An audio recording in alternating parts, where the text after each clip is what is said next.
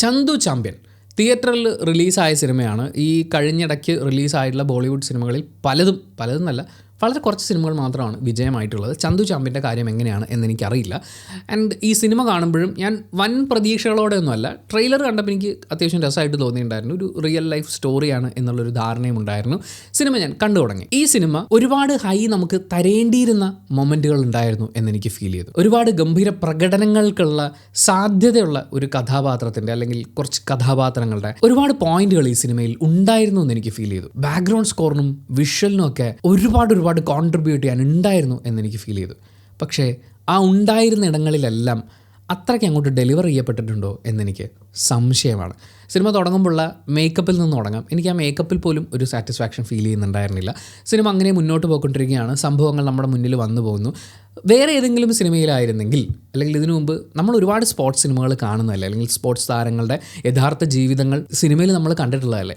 അപ്പോൾ അങ്ങനെയൊക്കെയുള്ള കുറേ അനുഭവങ്ങൾ ഉള്ളതുകൊണ്ട് ഈ സിനിമയിൽ ഇത്തരം മൊമെൻറ്റ്സ് വന്നു പോകുമ്പോൾ അതിനർഹിക്കുന്ന ഒരു പഞ്ച് കിട്ടിയില്ല എന്ന് എനിക്ക് ഫീൽ ചെയ്തു. ഒരു ഗ്രാമത്തിൽ ജനിച്ച ഒരാൾ, വലിയ സ്വപ്നം, പക്ഷേ ആ ഗ്രാമം എന്ന് പറയുന്ന ഒരു കുപ്പിക്കകത്ത് നിന്ന്, ആ ബോട്ടിൽ നെക്കിൽ നിന്ന് അയാൾ രക്ഷപ്പെട്ടു പോവുകയാണ്.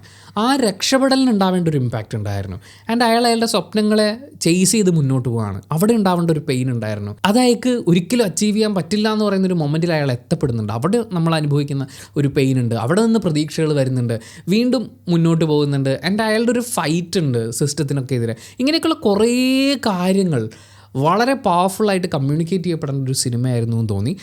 നിങ്ങൾ പക്ഷേ ഈ സിനിമ കാണണം. ഇതൊരിക്കലും ഞാൻ കാണരുതെന്ന് പറയുന്ന ഒരു സിനിമയല്ല. ഒരു വ്യക്തിയെക്കുറിച്ച് നമ്മൾ മനസ്സിലാക്കേണ്ടതുണ്ട്. അയാളുടെ ജീവിതത്തിലെ ത്യാഗങ്ങൾ, അല്ലെങ്കിൽ അയാളുടെ ജീവിതത്തിലെ ഒരു വളരെ ഇൻസ്പയറിംഗ് ആയിട്ടുള്ള ഒരു സോൾ, അത്രയും ശക്തമായിട്ടുള്ള ഒരു സോൾ, അത് നമ്മൾ കാണാതെ പോരുത്, അറിയണം. അതിന് വേണ്ടിയിട്ട് ഈ സിനിമ കാണണം. പക്ഷേ ഒരു ടിപ്പിക്കൽ സ്പോർട്സ് മൂവി നമ്മൾ കാണുന്ന സമയത്ത്, അല്ലെങ്കിൽ ഒരു സ്പോർട്സ് പേഴ്സൻ്റെ ജീവിതം പറയുന്ന ഒരു സിനിമയൊക്കെ കാണുന്ന സമയത്ത് നമ്മളിൽ ഉണ്ടാവുമായിരുന്ന ഒരുപാട് ഇമോഷണൽ ഹൈസ് ആൻഡ് ലോസ് പരിപാടികളൊക്കെ ഉണ്ട്.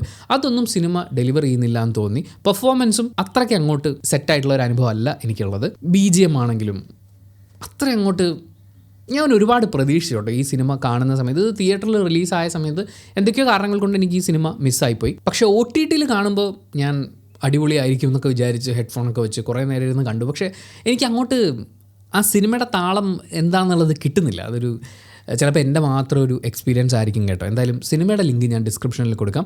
ആമസോൺ പ്രൈം വീഡിയോയിൽ അവൈലബിൾ ആണ്. നിങ്ങൾ ഈ സിനിമ ഓൾറെഡി കണ്ട ആളാണെങ്കിൽ നിങ്ങളുടെ അഭിപ്രായങ്ങൾ കമൻറ്റ് ബോക്സിൽ രേഖപ്പെടുത്തുക. Thank you so much for watching this video. Video ഇഷ്ടപ്പെട്ടാൽ ലൈക്ക് ചെയ്യുക, കമൻറ്റ് ചെയ്യുക, ഷെയർ ചെയ്യുക, സബ്സ്ക്രൈബ് ചെയ്യുന്ന കാര്യം പരിഗണിക്കുക.